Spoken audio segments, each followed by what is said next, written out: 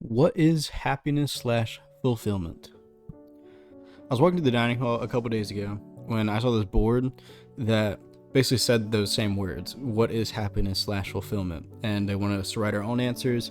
And I wrote my own answer, but I'm not sure that I really I thought about it, but I wasn't thinking about it enough to really get a good answer.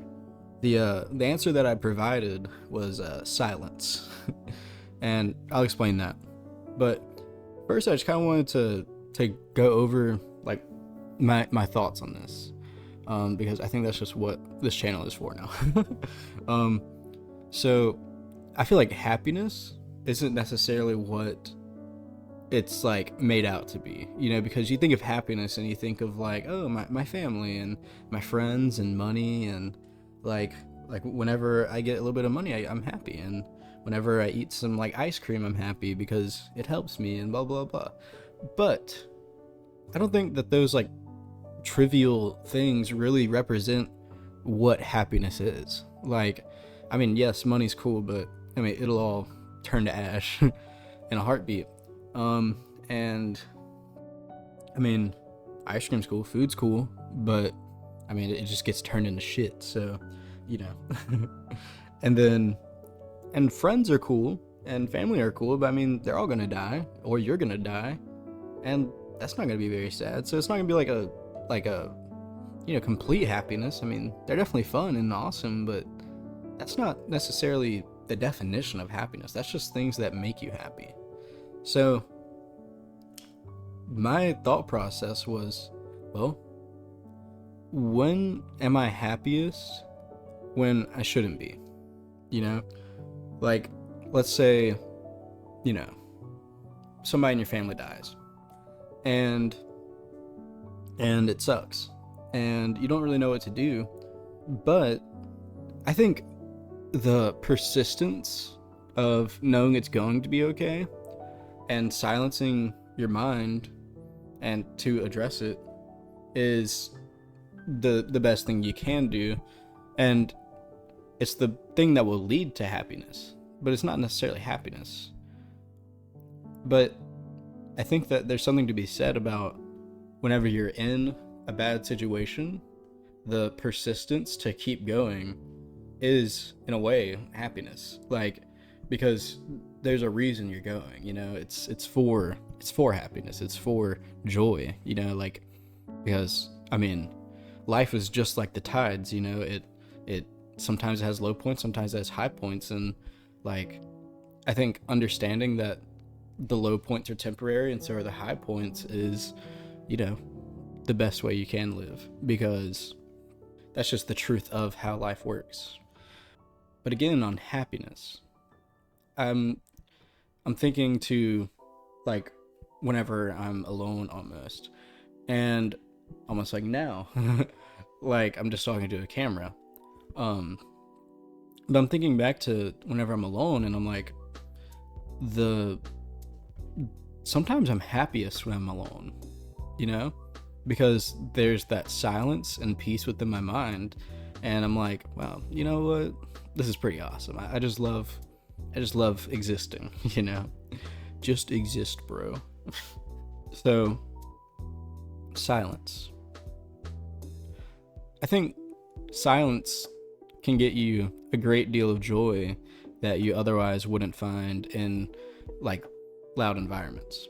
Um, and I think that in a way it kind of inspires more happiness, because whenever whenever you're in silence, you're almost at peace. And almost, like, I like to think of sadness and depression are or like, sadness is a fraction of depression.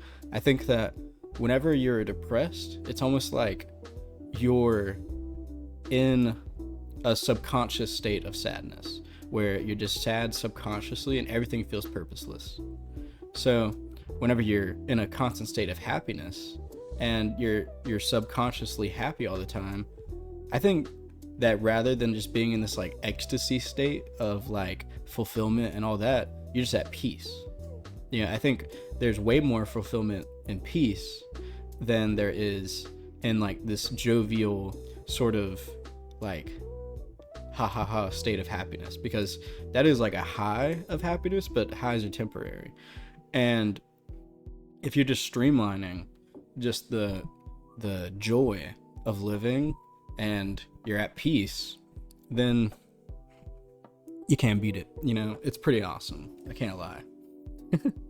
But yeah, so getting back to silence, it's like in that silence of peace of mind and being able to like identify everything you're feeling, almost laying it out on a canvas to circle what you need and say, okay, I need to address this, or I need to address this later, or, you know, it'll get better.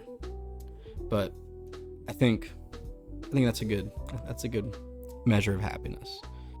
Furthermore, I think that fulfillment is something that we try and find through happiness, but we can only get it through silence and, you know, actually inspiring thought. You know, I know that life is going to suck sometimes. I know that life is going to be great sometimes. You know, I'm in this constant tide. Hell yeah. But what is the point if it's all just a wave of happiness or sadness? Like, why does that even matter? Like, what the heck? That I would say, why do you like the waves on the beach?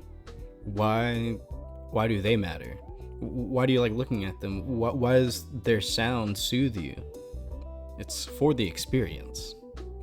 You have eyes and ears and skin that can touch things, and you know, you have all these senses for a reason, you know, and your mind is a crazy complex thing that can actually experience things and describe them. You're like a spectator that can create your own spectations. So in that, I mean, you're here to experience, like you're here to just live. And I know that's like, you probably hear that all the time. You could probably see that on like a freaking like wood thing above a freaking middle-aged mom's window where it's like, just live. But it's true. Experiencing is like this thing that almost, I mean, that nobody else can do, because nobody can experience what you're experiencing. Nobody can live what you live. And in that, it's important to recognize that you're special. You know, you're special because you're you. And your individual experience determines how you're living. And it's good to live. I mean, what can I say? Living is goated. But no. Experience. You know, whenever it's sad for a reason. And we can address that. And whenever you're sad, just recognize it, you know? Like, that's all it takes. Cry if you need to. Do what you gotta do. But it's all about the experience. That's what you're experiencing. So, I mean, experience it to the fullest. And whenever you're happy, experience that to the fullest. Because, I mean, being happy is awesome. And being sad is beautiful. Like, think about all of, like, some of your best forms of art. Or, like, your favorite forms of art. Where it's, like, you know, music or painting or, you know, anything like that. Some of the best painters were painting reflections of their own sadness, and those are like just absolutely beautiful.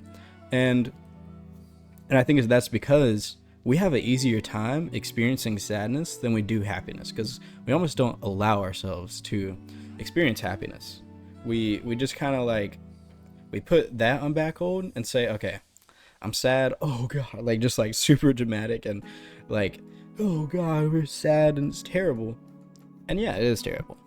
But it kind of says something about like human nature whenever it's like we can put into words and brush strokes and sculptures and songs like how sad we are. But we have a very hard time with happiness and describing how happy we are, because we don't really have good definitive answers of what happiness is. because I mean, most of us were never brought up addressing our happiness. We were taught, hey, like, address your sadness and you'll be okay. But what about whenever you're happy? Because I mean, that's just as important, if not more important. I mean, being happy is awesome. But either way, it's just part of the experience. Like, you're put here to experience. You're not here to, you know, like, make money, or, you know, have friends, or, you know, do anything of like the worldly nature, because anything of the world will crumble and burn and turn to ash, because everything of the world is temporary. But there are some eternal things that you can help, you know, like presence. You're eternally in this present moment, and you can choose to be present and actually experience, you know, what you're feeling right now, or you can live in the past and say, oh man, we had it so good back then. But that's in the past. It's not right now. Or you can say, I'm gonna have it so good in the future. But again, that's in the future. It's not right now. And it's important to draw that distinction and say, look, right now I'm where I am. I'm happy or I'm sad, and that's cool. You know? So yeah. In conclusion, experience this bitch. Know that you can be happy, and stay goated. Yeah. Sorry. See ya.